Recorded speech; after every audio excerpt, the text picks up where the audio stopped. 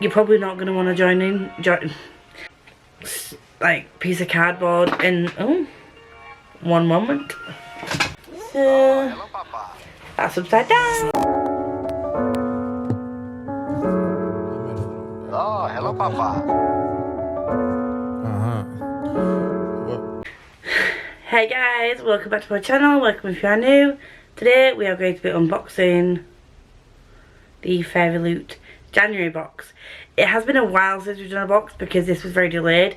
Yes, we're in the middle of February, I know this, but that's something you need to know going into getting subscription boxes, not just Fairyloot but in general.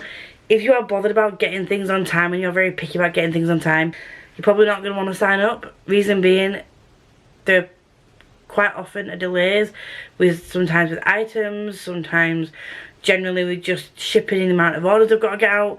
So I personally don't mind because 99% of the time I love the boxes that they like curate. So the YA box is the one that I've got, and it is £34.60 including shipping now. Has recently gone up. It was £32.95 before, but that price difference really makes no difference to me. I'm still going to stay subscribed provided the items are good. I'm still debating whether or not to change to the YA book only box, but I still haven't decided yet. So the next few months will be the deciding factor. So the book in this box is one I'm really excited about. I placed a pre-order for this last year, and it was on my most anticipated reads of the first part of this month, the first part of this year, sorry. So as soon as I knew that it was coming in a box, I cancelled my pre-order with Waterstones and wanted to wait for the special edition. So I'm just hoping that this goes more along those lines of Once Upon a Broken Heart, Kingdom of the Cursed, which is steeped in gold, you know, that kind of exclusivity, rather than Defy the Night and Year of the Reaper, where the exclusivity wasn't all that amazing. It was literally just sprayed edges and a slightly different colour cover. So yeah, we'll see. So this is the spoiler card. Usually comes like this, but it's like this, and it also looks different on the back, which I'm not mad about because it makes it easier to read. So I'm not going to show you the back, but the theme is monsters within, and I don't know the artist for this spoiler card, but it is beautiful artwork. So let's just dive right into the items. So first one up is the James Herondale Trinket Dish. So this is from the Last Hours trilogy. I'm currently on the Mortal Instruments, and this is the item. That is stunning. I'm loving that. So excited. I can't wait to have to get around to this trilogy. James Herondale, is that a character? I don't actually know if that's a character that is a likeable one. I'm sure I've heard that the Herondales are quite stubborn characters. So we'll see if I actually like them as characters. It says the James Herondale Trinket Dish is designed by Art Z28, and they do a lot of things for Fairyloot. It's the second collectible trinket dish, and it's from the beloved it's a beloved character from the Last Hours trilogy by Cassandra Clare. I think the last one that we had, which was technically the first one in this set, was Addy. But the one before that, which we got like January last year, was like a Greek mythology one. So technically it's the third one we've received, but it's the second one in this collectible series that has just started. Next up we have a bookmark. Let's just open these, and is it gonna focus? Is it gonna focus? There we go. Try not to focus on me. That is stunning. It says Fidelis ad mortem. Don't know what that means, don't know who this is, but I can say this is stunning, and I love the little tassel. These are so pretty. I never want to use them in case I drop them and damage them and break them, which is possible with my brain. So this was designed by ArtZ28 again, and this is an Aaron metal bookmark featuring a character from this month's book. I love that. And I know I just said I don't want to use this bookmark, but I'm going to use it in this month's book. And I totally want to drop on my TBR to read this book straight away. But I'm not going to. I'm going to wait. I'm going to put it on March TBR instead. The next up we have Puzzle. I don't know if I will use this. The artwork looks amazing. It is by lisadoeslife. The artwork looks amazing, but I've literally got nowhere to put these. As I like glued them onto a piece of cardboard and like stuck them up somewhere. Not really sure what I would do with these. I still haven't made the last one that we got, so I'm not sure about this one. But the artwork again is amazing. Don't know if there's anything else I need to know about this. It's just August Flynn Puzzle. This Savage Song by V. Schwab. So he's the monster, isn't he? He's the monster. Next up we have a Scythe enamel pin designed by Azure Arts, inspired by the Scythe series by Neil Schusterman, and this says Love Remains Mortal. If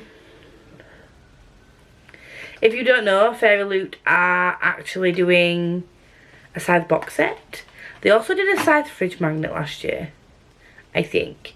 So this is maybe like the second Scythe thing that they've done. But that looks so cool. I love it. I love it. I love it. Oh, we've got another thing. We've got another thing. We've got another thing. We've got another thing.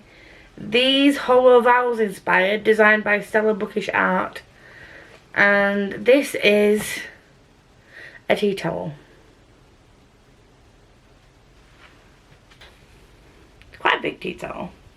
Not gonna lie. There we go. Do-do-do-do. And it says, these are the hours of spies and thieves. I've still not read these Hollow Vowels yet. I'm really tempted to get the second book, but I still haven't read the first. I can't remember when these Twisted, is it Twisted Bonds? I don't know when it's out. If I can afford to get it, I will. Because I think I might like these Hollow Vowels, but we shall see. Okay, so getting a tea towel. It's a nice design. It is a nice design. Stella Bookish Art always does great designs. It's just I won't use that as a tea towel because I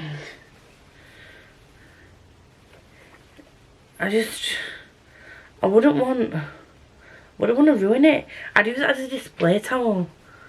But it's just like the one that I got from Abraxas box, the last tea towel I got. It was pretty, very pretty, but I've never used it.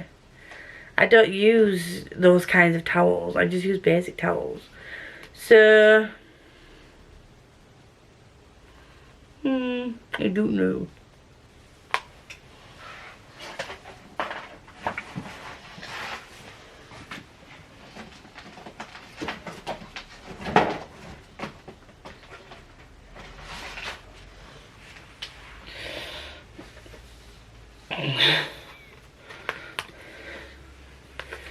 So, the Page and Knight of Pentacles.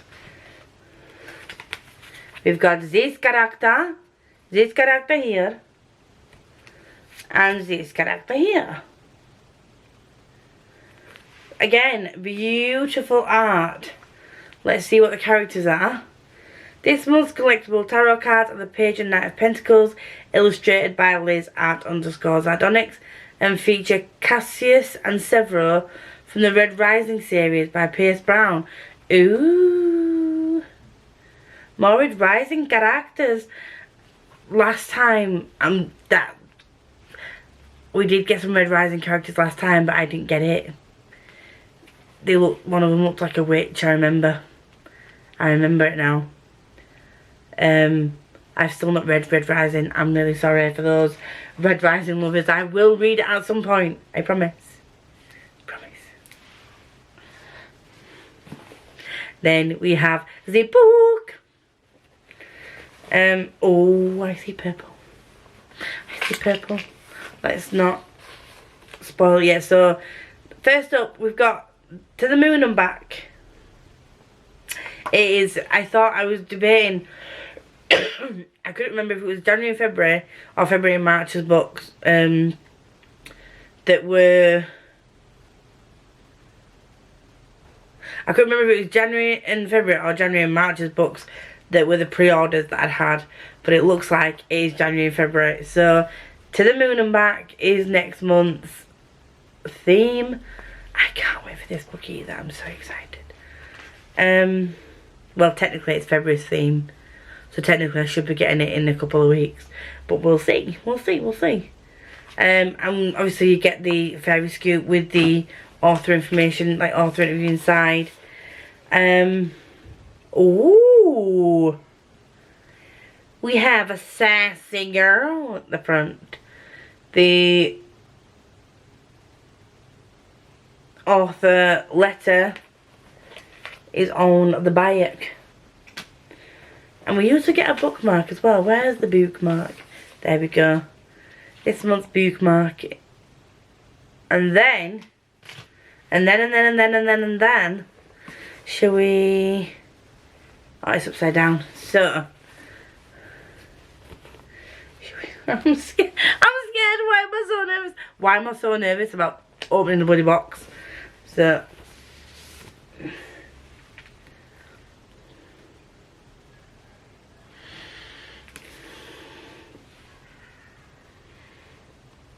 I need to bear with me. Bear with me one sec. Okay, so the exclusivity of this cover is the colour. So here, you want to have a closer look. All the background here is kind of like a purpley colour that sort of matches the top and bottom. And the back, there's like a purple hue to the thing at the back. Oh shit. I was going to be unhappy with this for a second there. I'm still not overly excited about the fact that the cover is exactly the same. Not very much exclusivity in the cover. But I just opened the book. First off, before I open it again, and I'm sorry Fairyloot, I take back what I've just said or was about to say about the cover. I'm not mad at the cover, it's not really different. Look at that. Look at the sprayed edges. They're pretty. I will admit that they're pretty. But what is stunning is this. That is absolutely stunning, and it's the same. It's the same on the back as well.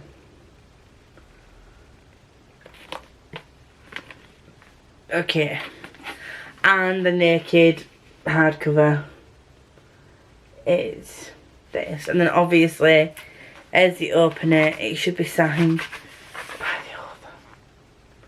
There we go.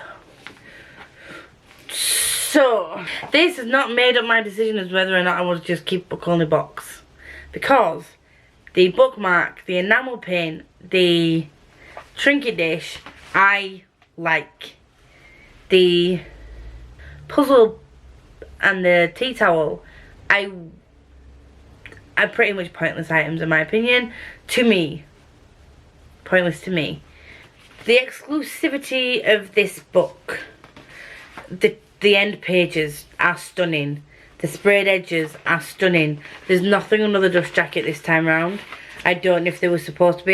We got so many emails around like, you know, from Fairyloot recently with like reminders of the adult box coming out. A couple of emails about delays. I can't remember if any of the emails mentioned that they weren't able to get the reverse dust jacket out, or if it was supposed to have reverse dust jacket out. But I don't feel like the cover itself is that exclusive. It literally is just a slight change in colour of the, which you have to really focus on, of the background bit, because the background bit in the normal cover, again I'll put it up here, it's not all that different, but obviously you've got the sprayed edges, the stencil, and then the end pages that are different, and then it is signed. So I'm very confused about this box and this book, but this is still an anticipated read. I haven't even told you what the book is about, is it? Sorry, it's only a monster. Oh my god, it's Only a Monster by Vanessa Len. It says, in every story there is a hero and a monster. It should have been the perfect summer sent to stay with her late mother's eccentric family in London. 16-year-old Joan is determined to enjoy herself. She loves her nerdy job at the historic Holland House, and when her super cute co-worker Nick asks her on a date, feels like everything is falling into place. Then a Good Samaritan attempt gone wrong sends Joan spinning through time, and her life quickly begins to unravel. Her family aren't just eccentric, they're monsters with terrifying hidden powers. Nick isn't just a cute boy, he's a legendary monster slayer who will do anything to bring them down. As she battles with Nick, Joan is forced to work with the beautiful and ruthless Aaron Oliver, heir to a monster family that hates her own.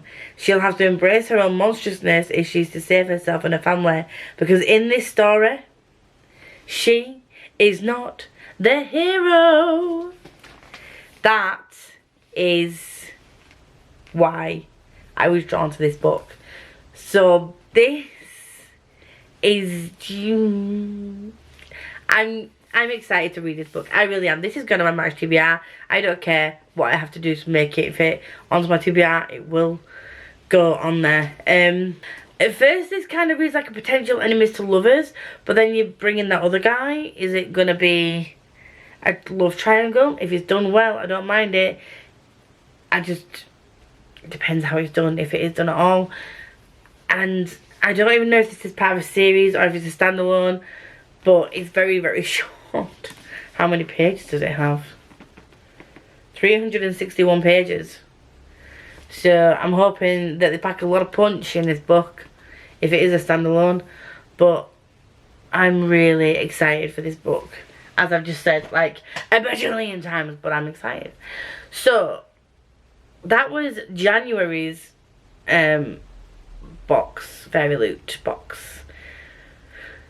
I'm going to be honest with you. I am always honest with you, and I don't want to come across as a negative Nancy, as a neg ferret, as a morning Millie, as a morning Myrtle. But yeah, there's a couple of items that I won't use, pretty pointless, no idea how I can get rid of them. And there's items that I love, bookmarks. I will never say no to a bookmark ever. The enamel pin is great, I can add it to my collection, and the trinket dish will go straight on my bookcase as a trinket, obviously. So yeah, I don't know what else to say. Thank you very much for joining me on this journey of finally opening Fairyloot for January. But yeah, I'm going to try and edit this down to a reasonable amount of time. I'll see you all very soon.